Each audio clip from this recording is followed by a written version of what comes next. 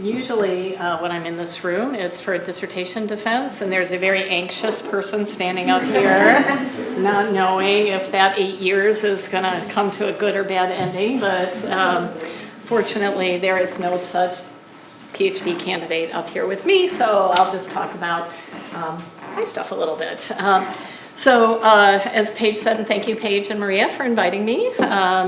So I am trained as a political scientist. My research and teaching is largely in the Ford School. I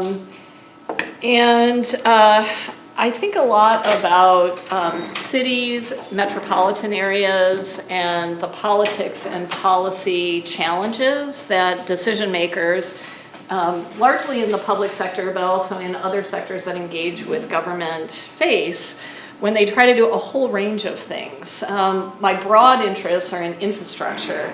So I'm interested in things like water and transportation, but climate adaptation is an interesting and in some ways distinctive infrastructure challenge because there's a political element, an ideological element that is frequently not present when we're talking about, well, actually that's not fully true, but it's often different than when we're talking about transportation systems and so on. So it is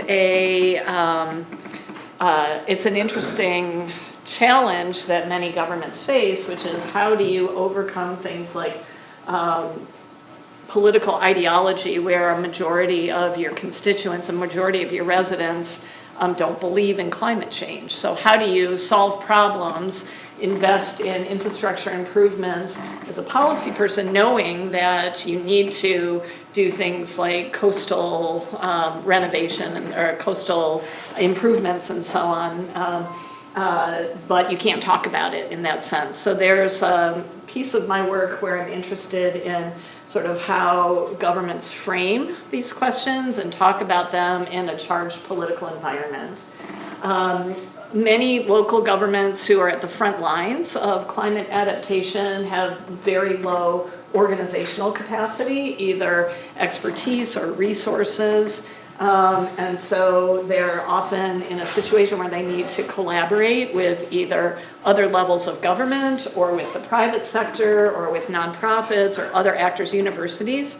So I'm very interested in general in questions of multi-sector collaboration and how that plays out in climate adaptation is one of the interesting applications that I look at in my work. There's an interesting temporal mismatch. So there are costs that need to be paid up front to engage in climate adaptation to get benefits way down the road. And of course, politicians are not very good at deferring benefits. They want to give goodies to their voters now. So under what conditions are politicians willing to invest in climate adaptation in the short term, even if they individually, as politicians, are not likely to reap the benefits of those investments in the future?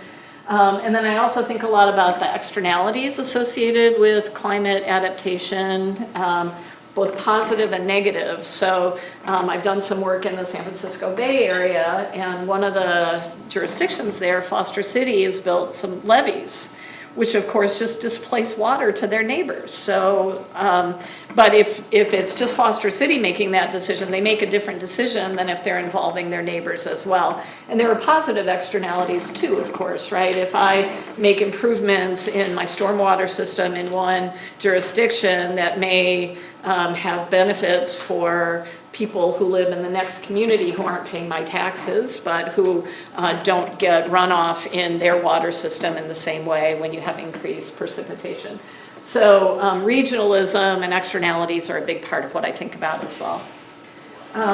Most of my work is US focused. I've had a couple of people pull me into really amazing projects elsewhere, but I do consider myself primarily a US focused person.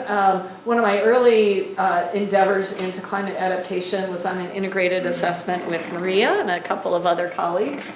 A lot of the work that I do involves surveys of either government decision makers, officials, and or residents, and sometimes both, looking at how those match up. And then I'm a big data person, so I do a lot of work looking at administrative, budget, data, that sort of thing.